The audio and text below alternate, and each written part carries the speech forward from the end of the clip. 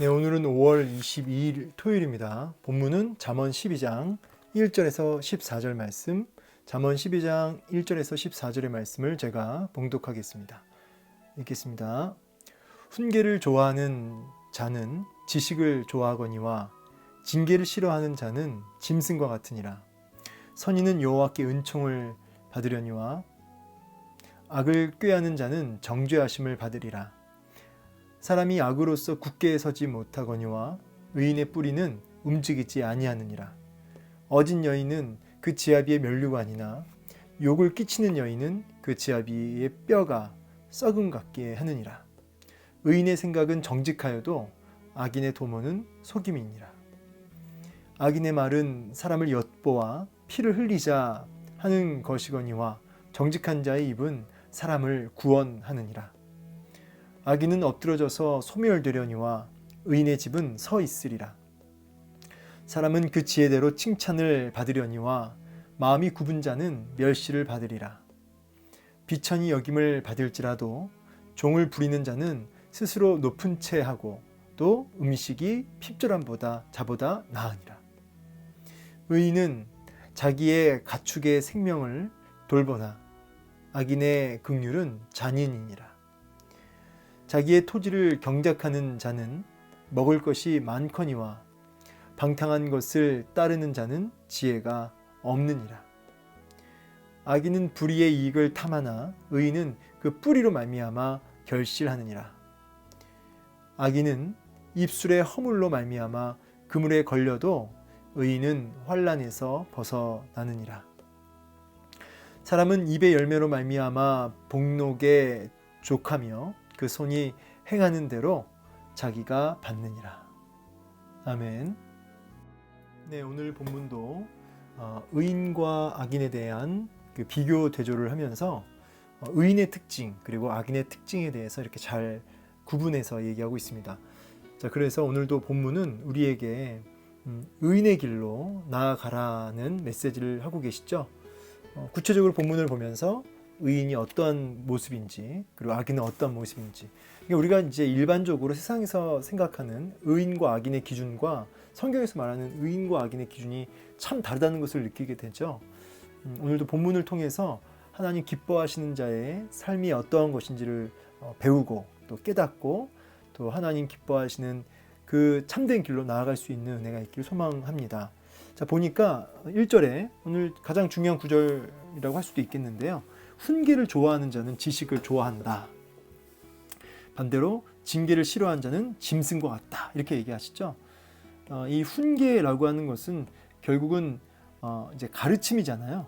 가르침, 때로는 경고, 교육 이런 의미로 쓰이는데 하나님의 말씀의 가르침, 또 때로는 우리를 찌르는 하나님의 어떤 경고의 메시지, 이와 같은 하나님의 그 가르침과 그 하나님의 그 메시지를 사랑하는 자는, 좋아하는 자는 지식을 좋아한다. 같은 의미이긴 한데 이 지식이라고 했을 때는 이제 통찰력 있는 어떤 지식, 지혜, 그래서 어떤 깨닫는 부분을 의미합니다.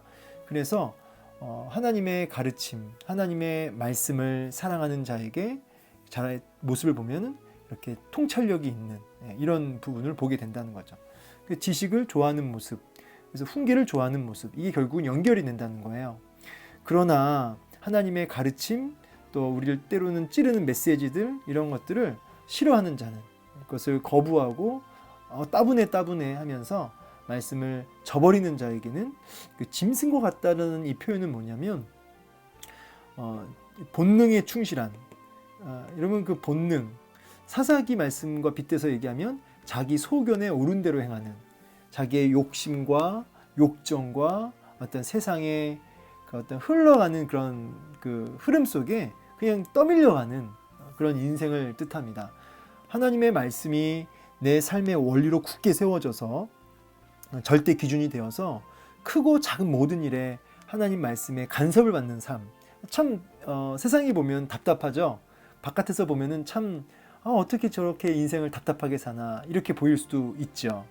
그러나 막상 그 가르침 안으로, 그 훈계 안으로, 하나님 말씀 안으로 들어가면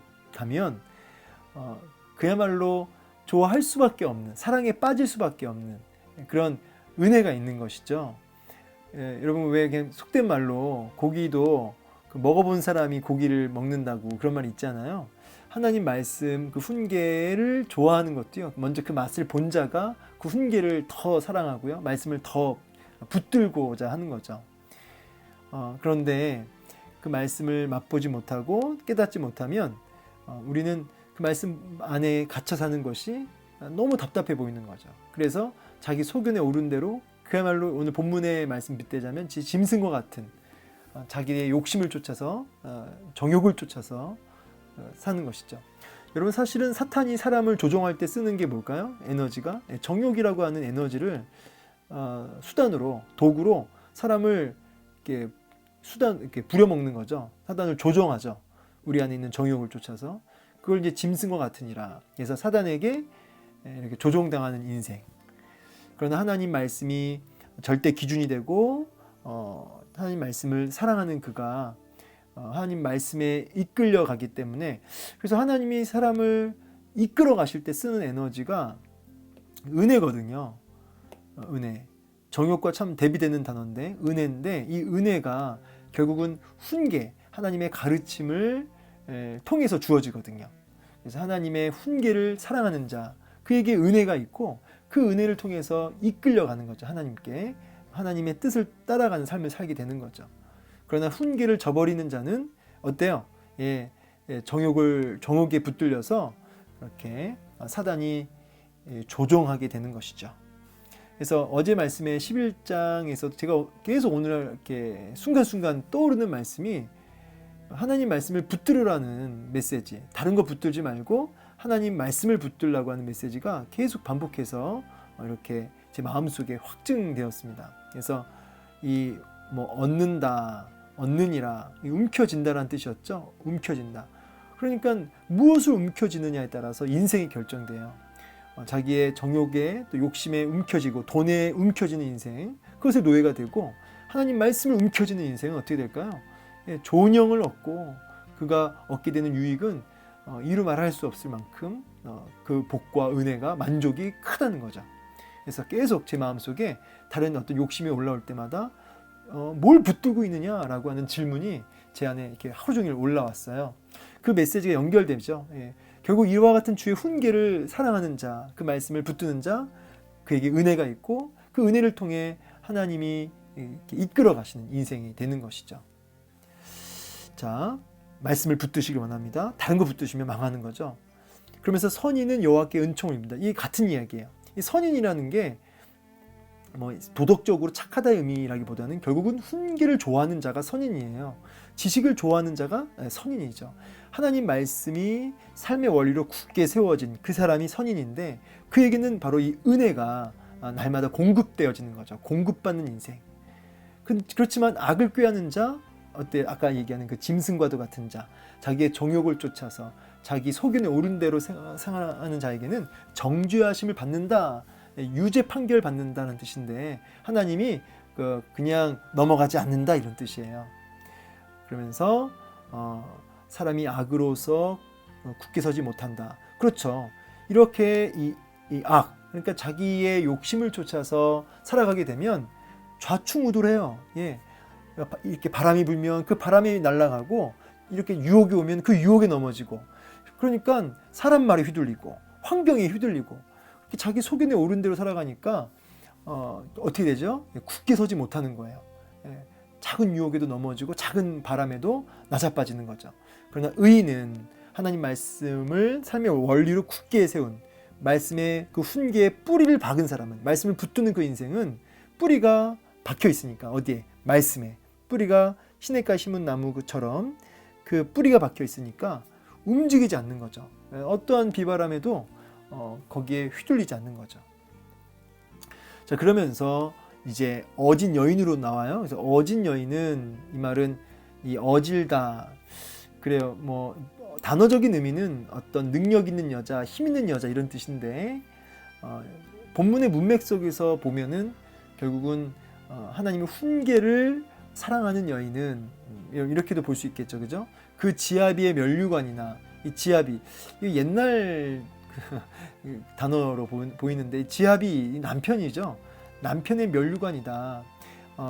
그리고 이나 욕을 끼치는 여인은 이 욕이라고 하는 것은 뭐 부끄러움 이런 단어거든요. 부끄러움을 끼치는 여인은 실망시키는 여인은 그 지아비의 뼈가 썩은 같게 하느니라. 막 속이 이렇게 막 타게 하는 고통을 주는 아주 고통을 주는 존재라는 거죠. 자, 그러니까 이 가장 가까운 관계고 가장 이렇게 돕는 배필이잖아요. 남자와 여자가 이렇게 같이 연합하여 나아가는데 그러니까 한마디로 여러분 이게 어떤 의미로 이해할 수 있냐면 복의 통로, 그러니까 가장 가까이 있는 사람에게 선한 영향력을 끼치는 존재와 아니면은 이렇게 저주의 영향력, 악한 영향력을 끼치는 그 차이를 지금 얘기하는 거죠. 그러니까 여러분에게 꼭 이 지압이 뭐 아내를 얘기할 게 아니라 여러분 그 가장 가까이 있는 것이 자식일 수 있고요. 뭐 가장 가까이 있는 가족, 예.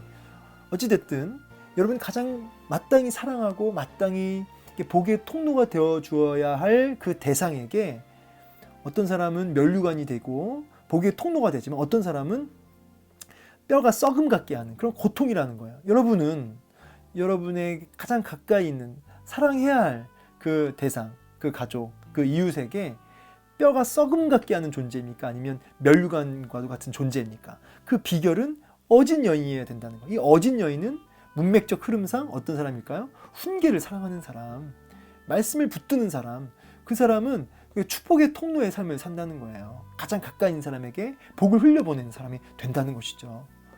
의인의 생각은 정직해도 악인의 도모는 속임이라. 자, 이게 어디로 연결되냐면 결국 생각으로 연결돼요. 생각. 이 도모도 이제 생각이죠. 이게 이제 계획이란 뜻인데, 자, 그러니까 그렇게 하나님 말씀을 꽉 붙들고 있는 사람은 어떻게 되죠? 그 생각도 이제 정직하다, 올곧다. 그런데 악인은 생각하는 것마다 다 속이고 거짓이고 이렇다는 거예요. 그러니까 이거를 이제 좀 다른 말로는 제가 자주 쓰는 단어로 바꿔서 얘기하면 은혜의 정서. 항상 그 정서가 항상 그 생각하는 게 말씀에 붙들려 있는 사람은 은혜로운 생각, 하나님 기뻐하시는 생각을 해요. 그렇지만 말씀을 붙들지 않는 사람은 다른 것들을 붙들면서 세상 온갖 가지 생각을 하면서 이렇게 속이는 일이 벌어지는 거죠. 악인의 말은 사람을 엿보아 피를 흘리지 않은 것이거니와 정직한 자 입은 사람을 구원한다. 자, 아까 우리 이 어진 여인이 말씀하고 연결되는 구절이죠. 같은 말을 다르게 얘기한 겁니다. 그래서 복의 통로가 되는 입술, 저주의 통로가 되는 입술, 그 부분을 이렇게 얘기하는 겁니다. 그래서 악인은 엎드려져서 소멸되지만 의인의 집은 서 있으리라. 그렇죠? 견고할 것이다. 견고할 것이다. 흔들리지 않을 것이다. 동요하지 않을 것이다. 그러나 악인은 소멸되어진다는 것이죠. 엎드려져서. 이 엎드려져서 이 말은 완전히 뒤집어져서 이런 뜻이에요. 흔들리고 뒤집어지고 환경이 뒤집어지고 상황이 뒤집어지고 사람에 의해서 흔들리는 그야말로 불안하죠.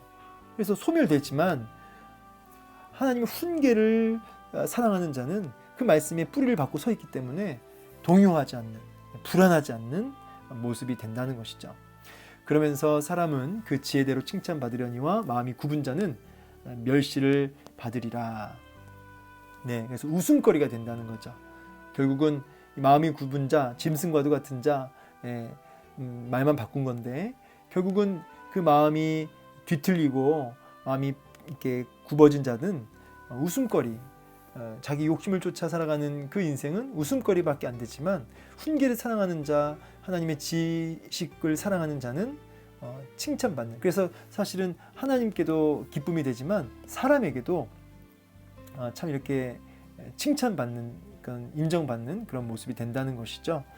복의 통로의 삶을 사니까 당연히 그렇게 되는 거죠. 그러나 정작 지혜를 사랑하는, 훈계를 사랑하는 사람은 이런 사람의 평가에 막 귀 기울이지 않죠. 하나님 평가에 귀 기울이죠. 사람의 평가는 그냥 따라오는 거고, 칭찬은 그러니까 그 칭찬이 목적이 아니고 하나님의 칭찬이 목적이죠. 하나님의 칭찬에 민감하죠. 사람의 칭찬은 그럼 따라와요. 그렇죠? 비천이 여김을 받을지라도 종을 부리는 자는 스스로 높은 채하고도 음식이 핍절함보다 낫다. 그러니까 이제 이거는 사실은 스스로 이렇게 낮추고 이렇게 남 의식하지 않고 사람한테 칭찬받는 거 뭐 그렇게 의식하지 않고 거기 평가에 사람의 평가에 민감하지 않는데 정작 그는 종을 부리고 있어. 이 말은 정말 그 소유하고 있다는 얘기죠. 그러니까 풍요롭다는 거예요. 부하다는 거죠. 가진 게 많다는 거죠.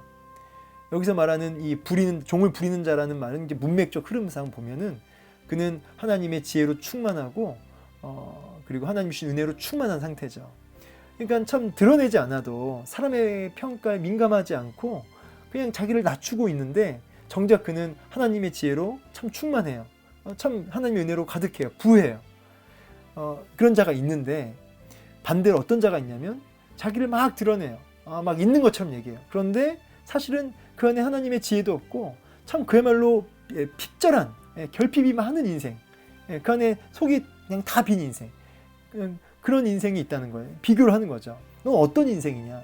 막 입으로는 그렇게 떠들면서 있는 척 하는데 사실은 그 안에 하나님의 지혜도 없고 은혜도 없고 정말 너무나 초라한 모습이 있는가 반면 정말 이렇게 자기를 드러내지 않는데도 그냥 이렇게 드러나지는 참 칭찬받아지는 이런 인생이 있다는 거죠. 그게 훈계를 사랑하는 자에게 그런 인생이 된다는 것이죠. 그러면서 10절에 의인은 자기의 가축의 생명을 돌보나 악인의 궁유는 잔인이다. 또 이제 어떤 특징이 있냐면 이제 아까 저주의 통로, 복의 통로 그 연장선상이에요. 그래서 의인은 자기의 그 미물까지도 그 가축까지도 이렇게 돌아보는 왜요? 이제 하나님의 모든 것이 다 하나님의 소유잖아요. 자기 게 아니라 다 하나님 거잖아요.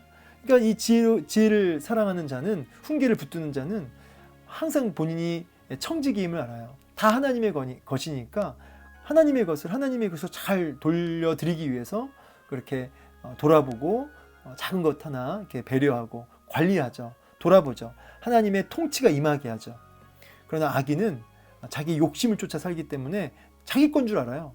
그러니까 자기 건 줄 아니까 아주 그것을 자기 욕심을 쫓아서 막 쓰는 거죠. 여기 악인의 궁율은이란 말의 그 직역은 악인의 내장은 이런 뜻이에요. 그러니까 악인의 감정 이런 뜻입니다. 악인의 감정은 잔인이에요. 그러니까 이 의인은 뭐예요? 항상 하나님의 것이기 때문에 모든 것이 감사의 마음이 충만하고요. 하나님의 것이기 때문에 하나님의 통치, 다스림으로 다스려요. 그래서 항상 하나님의 마음으로 그 상대를 바라보고 하나님의 마음으로 가장 그 약하고 작은 것도 바라보는 거죠. 그 미물도. 그러니까 하나님의 마음으로 바라보니까 귀하게 여기고요. 그런데 악인은 하나님의 것이라고 생각 안 해요. 자기 거라고 생각해요. 그러니까 어떻게 돼요? 자기 욕심으로 그 상대를 바라보고 자기의 그 성품을 쫓아서 그렇게 살아가는 거죠. 잔인이니라. 그러면서 자기의 토지를 경작하는 자는 먹을 것이 많거니와 이 말은 이 땀을 흘린 사람이에요. 하나님의 것, 하나님 맡기신 것, 그러니까 최선을 다해서 그것을 노력하고 최선을 다해서 일한다는 뜻입니다. 그 사람은 근면성실하여서 그렇게 충성하지만 작은 일에도 그러나 방탕한 것을 따르는 그러니까 짐승과도 같은 자기 욕심을 쫓아 살아가는 그는 지혜가 없다.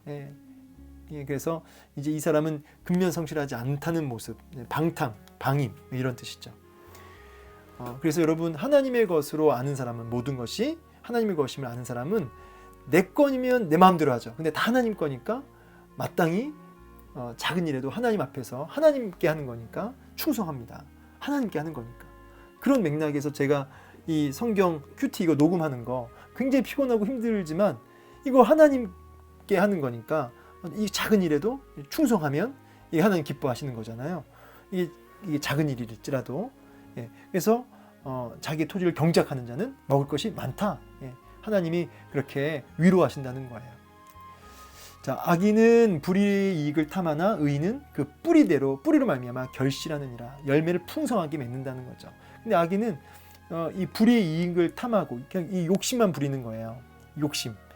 근데 의인은 그 뿌리, 견고함으로 그 말씀에 뿌리를 내리는 그 인생은 열매를 풍성하게 맺는 것이죠. 악인의 입술은 허물로 말미암아 그물에 걸려도 의인은 환난에서 벗어난다. 그렇죠? 이 입술, 악인의 입술은 절제가 없어요. 절제가 없는 그 악인의 입술은 자기 소견에 오른 대로 말하고 생각하죠.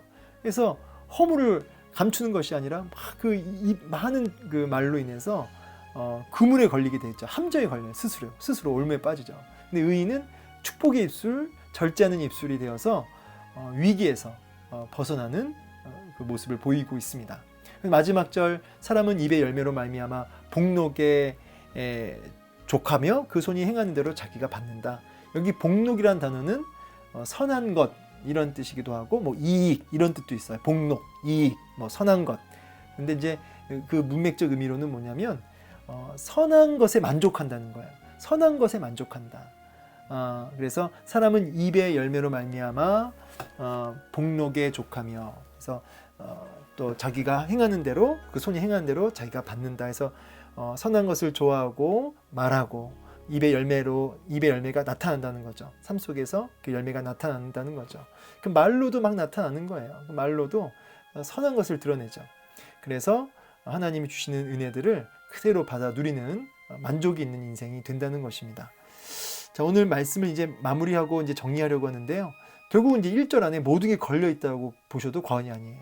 훈계를 좋아하는 자는 지식을 좋아하거니와 징계를 싫어하는 자는 짐승과 같다.